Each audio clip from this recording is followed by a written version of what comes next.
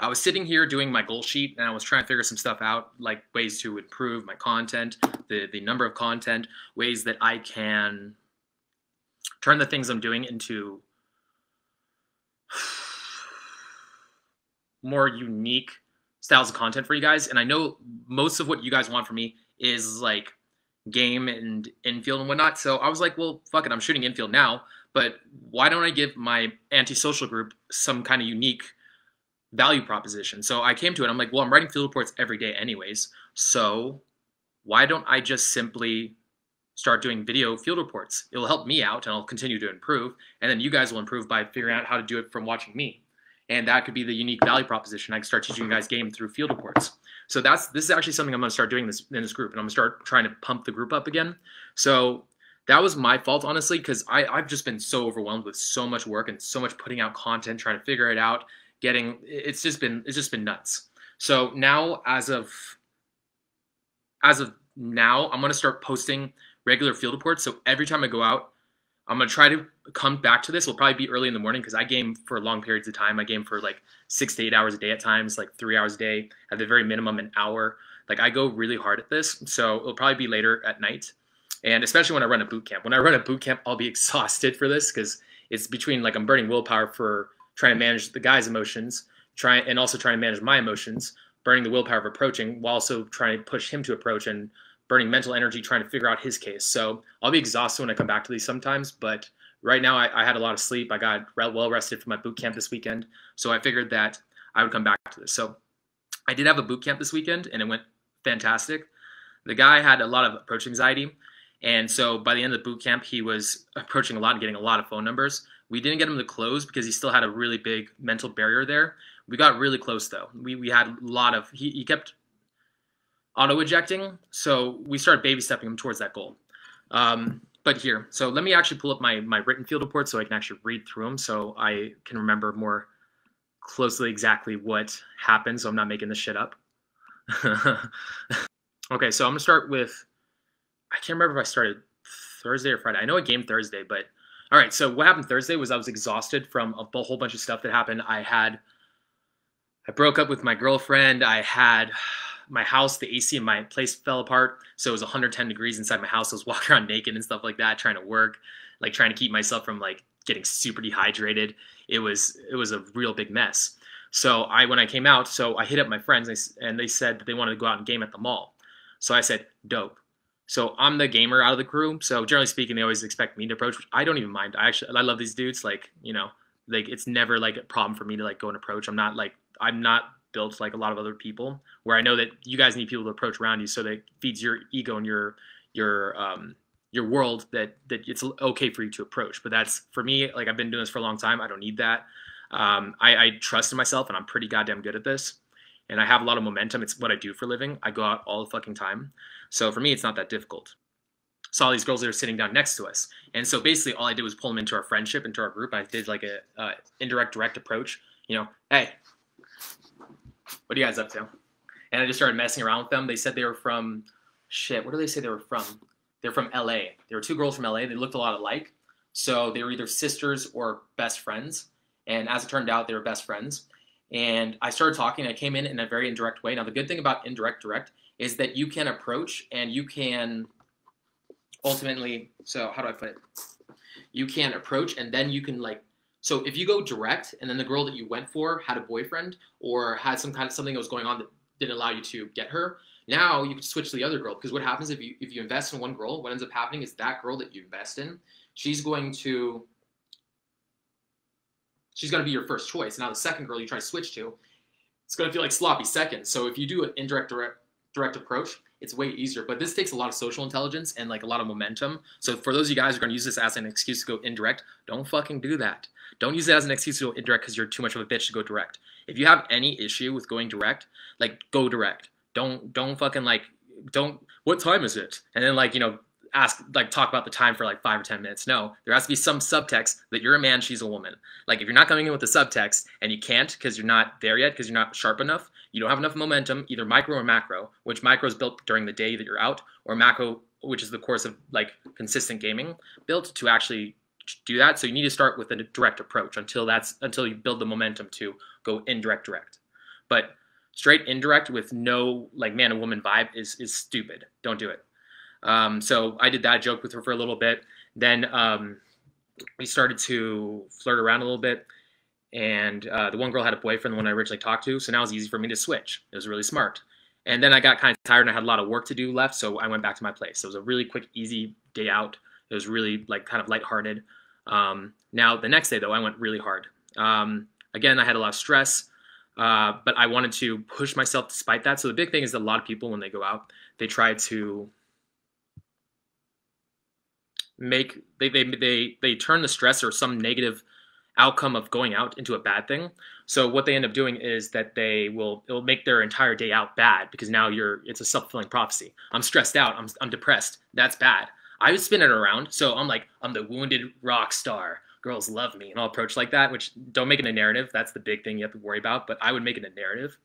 And when I was younger, and it became like it became like, just as long as it's not like a consistent narrative, it's okay.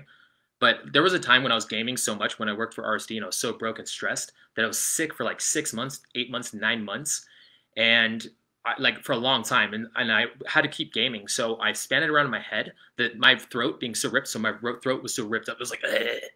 Like I span it around that I sounded more masculine. I had a deeper voice. So when I ended up getting better, like later in the year, I actually was like, no, make me sick again. My game was amazing when I was sick. So you want to turn negative things into positive things. So that's what I did. I span it around in my head and made it into a positive. I became non-resistant to it. If you love being out of state, you won't be out of state. Oh, this is actually before the boot camp. So I game before the boot camp. I do this all the time to warm up. So I'll do long stretches of gaming before a boot camp, so I'm really warmed up for the client. So I went out for 3 or 4 hours on this trip, and the plan was to baby step myself out because I was tired and stressed. So I told myself I'm just gonna walk up the way and walk up to Planet Hollywood, which is like 6 blocks up the way, and I'm gonna walk back. But then once I got there, and then I'm like, I'm gonna walk further, I'm gonna walk further, and walk further. And eventually, I had a lot of fun. So the first set, I used eye contact and a controlled slow tone, and I assumed she would stop, which she did. It was really dark though. The area that I stopped her in was really dark, and when I stopped her, I saw that she was twacked on drugs. And so I really quickly just kind of like, well, anyways, nice to meet you, and just kept going. But she like dead stopped. So there's a way you can use your voice, like, hey, like so. Hey, 1 sec. What's your name? And like I just stopped, dead eye contact, slow controlled tone, and she stopped. That I felt good about the first warm up, but I was also like, that girl was weird. So this was in a cafe. I approached these 2 girls that were sitting down in a cafe, and they were super attractive, like dimes. I approached the brunette after getting a coffee, and I was just very like relaxed about it. She gave me a shit test. I can't remember what it was, but I remember she shit tested me. But my response was along the lines of, "I'm out of your league," like jokingly that I was out of her league, and like I remember it was along those lines. And I remember that so I pushed her pretty hard, and she started qualifying a lot. But I think that I pushed too hard. I honestly could have done more comfort. I think that she did that because she felt the value dissonance from the way that I was talking to her. And so she got intimidated. So I could have honestly built more comfort. I could have spent more time in the set, calmed her down, shown her that was normal and stuff. Like I was having a lot of fun with it, so I just kept joking. And when you over the top joke with someone, you keep pushing their buttons. What ends up happening is that they don't think you're going to take them seriously. So girls are afraid of guys that are going to fuck them and leave at times. It's good to start off with that vibe because some girls are open to that kind of shit. But you want to actually be ambiguous as humanly possible, because when I run into a girl like this who's like afraid of me fucking her and never talking to her again, she's not going to come back around and talk to me again. She's going to be like, well, I'm looking for a boyfriend because every other guy just fucks me and leaves, and this is another one of those guys. So you also want to be ambiguous in that kind of a way. And then the next girl I approached, so I was sitting down at the cafe. I'd stopped to work for a little bit, and this really cute girl with a bunch of friends walked in. Like it was probably like a group of like 12 girls. And I looked up and I was like, that girl's gorgeous. I was like, all right, I'm going to give her a second to like walk out from the line and get her coffee and come and approach her. But she actually left the line from her friends and walked around them. And I was sitting down. I was like, wait, hey, come here. And she came over to me.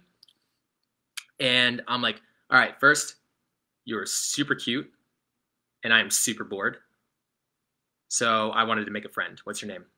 And we just started talking. And as it turned out, she was from my hometown. Then her friends came over. I started teasing her friends. But then I made one of her friends feel super insecure about not being an entrepreneur, which would have been good if it was the girl I was talking to that I was flirting with, because then she would have start qualifying. But the problem was it was her friend, and the friends you want to look a little differently to than the girl, because girls have like a perception of what they want, like logically, but emotionally they want something different. So when you're talking to the friends who are not the ones that are trying to like, you know, date you, they'll be like, oh no, he's the player type, or oh no, he's not gonna take you seriously. As opposed to like the girl that I'm talking to, she's like, he's really handsome. Oh my god, he's so cool. And then her friend's gonna get in her ear about this shit, and they'll fuck it up. But that girl and me were trying to hang out for like 3 days, but I was just too busy with boot camps afterwards, and it ended up like falling off. But we're from the same hometown, so I imagine when I go back to my hometown, I'll hit her up and be like, hey, it's Mr. Denton from Vegas. I just got into town.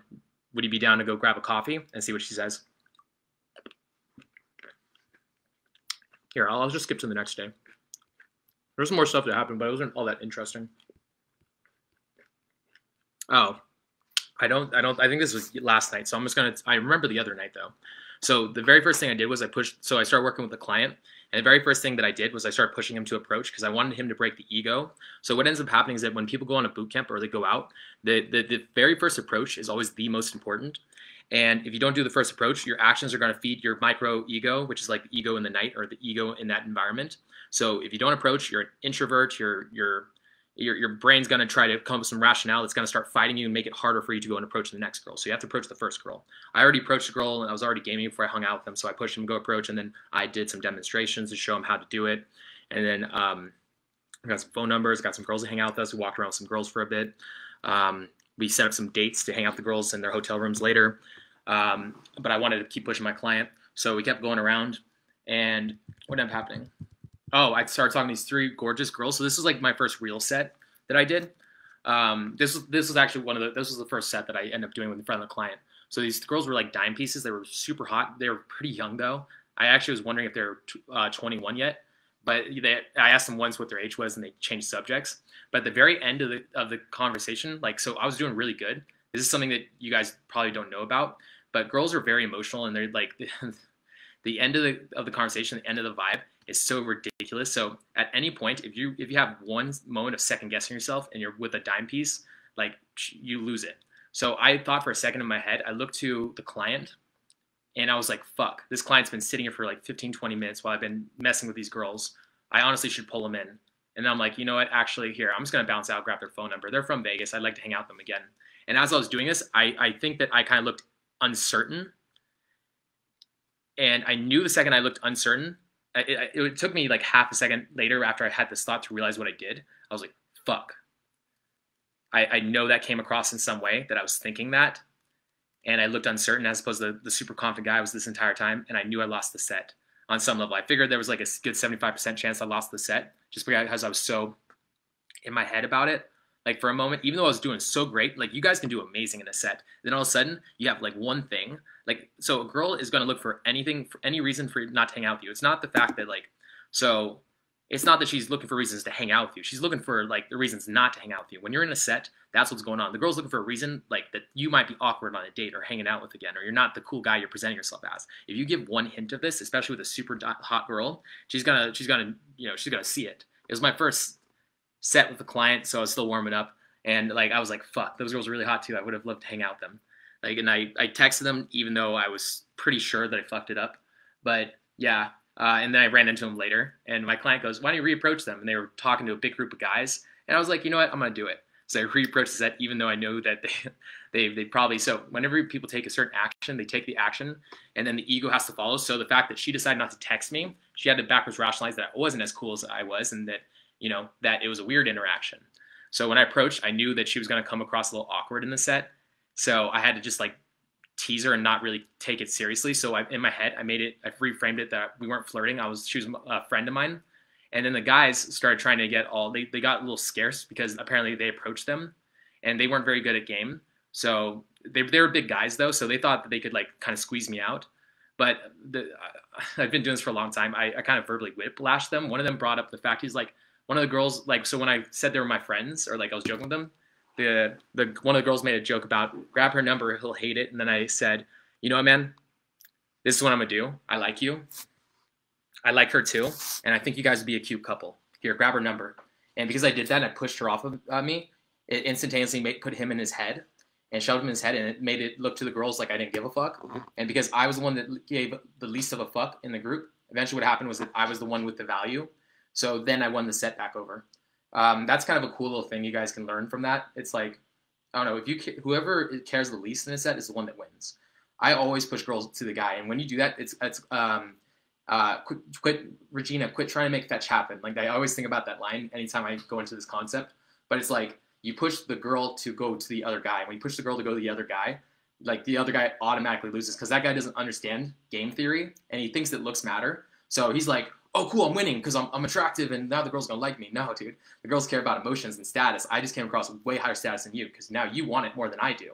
I don't want it. I don't care. You want it. You need this girl. I don't. I got like 20 girls I've been dating for the past like month look just like her. So like I'm chill.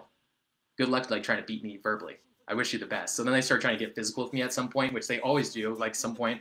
So then I just stopped them and kind of just drew a boundary. And then I was just kind of like, you know what, honestly, I'm just going to leave this set. So I bounced and I went back to my client.